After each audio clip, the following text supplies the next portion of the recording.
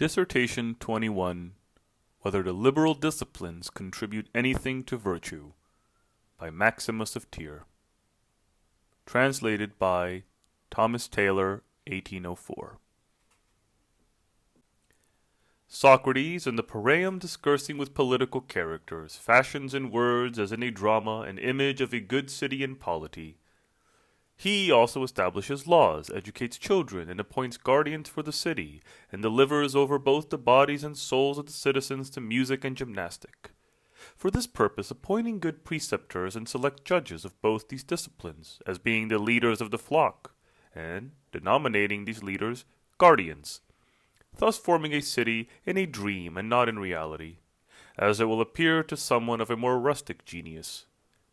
This, however, was the manner of the ancient philosophy, which was similar to oracles. But if you please, we will dismiss Socrates and call on the Athenian guest to answer us, for I hear him discoursing in Crete in the cavern of Dictaean Jupiter, to Megillus the Lacedaemonian, and Cleinias the Nocian, and establishing laws for a Doric city, in order that the Cretans might be persuaded to introduce music into the study of fortitude, and thus mitigate the ferocity of anger by melody, lest virtue among them should become mutilated or imperfect in consequence of preparing themselves to act valiantly, endure labors, and die without deserting their station in battle, but imparting no remedy against the sedition into souls of their citizens. What then do you say, O Attic guest? Is good so narrow, groveling, difficult to be obtained, immanifest, and replete with molestation that we cannot obtain it without singing and drawing geometrical lines, and consuming our time in these, as if it were our intention to become something else, and not to be good men? Though divine virtue indeed, according to its use, is sublime and great, and near to everyone, but according to its possession is not difficult to him who but once wishes to be obedient to the beautiful in conduct, and to oppose whatever is base. The Athenian guest, however, will answer that this which is called the law of the city, without the obedience of those that use it, is promulgated in vain, and that it is necessary the people should submit to it voluntarily. But the people in the soul are numerous and foolish, who, nevertheless, when they once yield their assent to the law, and follow where it commands, produce the most excellent polity in the soul, and which men denominate philosophy. Come, then, let philosophy approach after the manner of a legislator, adorning the disorderly and wandering soul as if it were the people in a city. Let her also call, as her coadjutors, other arts, not such as are sordid by Jupiter, nor such as require manual operation, nor such as contribute to procure us things little and vile. But let one of these be that art which prepares the body to be subservient, as a prompt and robust vehicle to the mandates of the soul, and which is denominated gymnastic. Let another art be that which is the angel of the conceptions of the soul, and which is called rhetoric. Another, that which is the nurse and tutor of the juvenile mind, and which is denominated poetry. Another, that which is the leader of the nature of numbers, and which is called arithmetic. And another, that which is the teacher of computation, and is called logistic. Let geometry also and music follow, who are the associates of philosophy and conscious of her arcana, and to each of which she distributes a portion of her labor. And of her labors, indeed, perhaps we may discourse hereafter, but let us now assert what is reasonable about music, the most ancient of all the studies in the soul, that it is a pursuit beautiful indeed to a man, and again that it is also beautiful to a city and to the whole human race, by which, through the destiny of the gods, it is studied. I do not speak of that music which proceeds into the soul through flutes and singing, through choirs and dancing, unaccompanied with words, and which is honored for the delight it procures to the ears. For human error, it seems, embraced this in consequence of pursuing the apparently pleasant, and through this love adulterating the accuracy of music. Indeed, this accuracy is now no longer to be found, but the music which we have at present, abandoning its sane and ancient beauty, deceives us like doves, by exhibiting a counterfeit and not a native flower, and thus associating with nothing but an image of music. We ignorantly think that it is the true Heliconian muse, which was the friend of Homer, the preceptor of Hesiod, and the mother of Orpheus, neither possessing this nor having any knowledge of it. The illegitimate usurpation, however, gradually insinuating itself into the soul, drew it into this misfortune, both privately and publicly. For when the Dorians who inhabit Sicily, leaving at home that mountain and simple music which they used among their herds and flocks, became enamored of Sybaritic pipes and studied such dancing as the Ionian flute excites, then, to speak the most favorably, they became less wise, but to speak most truly, they became more intemperate. But the ancient Athenian muse consisted of choirs of boys and men, and the husbandmen being collected in tribes who had not yet wiped away the dust which they had collected in the field from harvest and sowing, poured forth the extemporaneous song. This muse, however, gradually declining into the art of insatiable grace in the scene and in the theatres, became the source to the Athenians of political error. But the true harmony, which the choir of the Muses sings, and of which Apollo Musagetes is the leader, saves the soul, saves a house, saves a city, saves a ship, saves an army.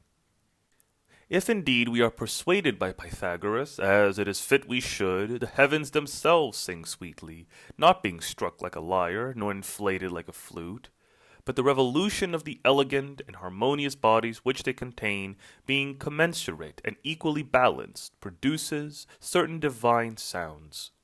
The beauty of this song is, indeed, known to the gods, but it is not perceived by us through its transcendency and our penury. This also Hesiod appears to me to have obscurely signified when he speaks of a certain Helicon, and the divine choirs of gods which it contains, the Coryphaeus of which is the sun, or Apollo, or by whatever other name it may be proper to denominate that most splendid and harmonic fire. But with respect to human music, which proceeds about the soul, what else will it be than a method of instructing the passions, soothing them as it were by enchantment when they are too elevated and impetuous, and on the contrary exciting and exalting them when they are too remiss and dissipated? This it is which is skilful in mitigating sorrow, repressing the emotions of anger and the ebullitions of rage, moderating desire, healing grief, consoling love, and alleviating calamity. This is a good assistant in sacrifices, a companion in banquets, a commander in war. This is skill to give delights in festivals, to dance at the rites of Bacchus, and to impart inspiration in the mysteries. It is also skill to mingle political manners with measure. Thus the study of the flute, accompanied with Pindar singing to its harmony, rendered the rustic Boeotians mild. The verses of Tyrtaeus excited the Spartans, the numbers of Telesilla the Argives, and the song of Alcaeus the Lesbians. Thus also Anacreon among the Samians softened the manners of Polycrates, mingling with his tyranny the love of Smyrdius, the locks of Cleobulus, the beauty of Bathyllus, and the Ionic song. But why is it requisite to speak of things more ancient than these? Orpheus indeed was the son of Ogris and Calliope herself, and was born in Thrace in the mountain Pangaeus, which is inhabited by those Thracians who were called Odrysi, a rustic race, given to plunder and void of hospitality. The Odrysi, however, willingly followed Orpheus as their leader, being charmed by the beauty of his song. This, therefore, is the meaning of the assertion that he drew rocks and trees, assimilating the ignoble manners of those that were allured to inanimate bodies. There was also another noble harper in Boeotia, who did not, as the fable says, draw stones by his art, for how could a wall be raised by song? But by imbaterian and tactic melody collecting the Boeotian young men into a phalanx, he surrounded Thebes with an invincible wall. This was such a wall as that which Lycurgus devised for the Spartans, who ordered the young men to march to battle with the flute for their leader, as they followed fighting to the law of the dance. Themistocles, possessing this flute, led the Athenians to their ships, when some rowed and others fought, under the inspiring influence of the flute, but both were victorious. The Eleusinian goddesses applauded this choir, hence monuments of victory were raised, hence laconic and Attic, marine and continental trophies, accompanied with beautiful inscriptions. With this choir the Lacedaemonians conquered, this choir Leonidas taught. What occasion is there, however, to say anything further, or to be prolix in speaking of music, since it is an excellent governor in peace, a good leader in battle, a good associate in a polity, and an excellent nurse of children? For the hearing is the most rapid of the senses, swiftly sends what it apprehends to the soul, and compels her to sound and be excited in conjunctions with its passions. Whence souls, foreign from the muses and destitute of elegance, having abandoned themselves to everything apparently pleasant, never become partakers of right law, though they denominate their pleasure music, through a similitude not of the end, but of the occupation about melodies, just as if anyone should call the art medicinal, which pays no attention to the salubrious, but is wholly busied in the search of remedies. Thus too with respect to geometry, which is a most noble part of philosophy. It is considered by the multitude as a vile thing, and as conducive to a vile end, since they look only to its subserviency to the necessities of life, such as measuring the earth, raising a wall, and everything else pertaining to manual operation to which it contributes. And their views extend no further than this. It is, however, far otherwise. For the earth would not be worse inhabited though it should not be accurately measured by needy husbandmen, and this, indeed, is the vilest part of geometry. But its proper employment, like a certain remedy which sharpens the vision of the dialectic power, consists in imparting to this power a strength by no means ignoble in its contemplation of the universe. The multitude, however, do not perceive this its proper use, just as if an inhabitant of the continent, on seeing a ship in a port, and admiring the contrivance, should make use of it while it is in the port, moving all its instrumental parts, and conceiving this to be the end of the ship. To such a man, Minerva, the inventress of this work, would, I think, say, "Do you see the broad and immense sea which is poured round the earth and connects its boundaries, of which before you had never heard, and of the sight of which you had no hope? Prior to this contrivance, each man knew only the place of his abode, in the same manner as reptiles their dens, but friendship, the mingling with others, communion, and an exchange of commodities were unknown till I devised for you this invention, a ship. For this elevated vehicle, like a bird, flies everywhere. If you doubt the truth of this, learn by experience that it is so. In like manner, someone of the gods, or Minerva herself, may say concerning geometry, "Look yonder. Do you see this spectacle above your head, beautiful, various, circular, spreading and revolving around the earth, carrying the sun, containing the moon? Of this you are ignorant, though you desire to see and know what it is.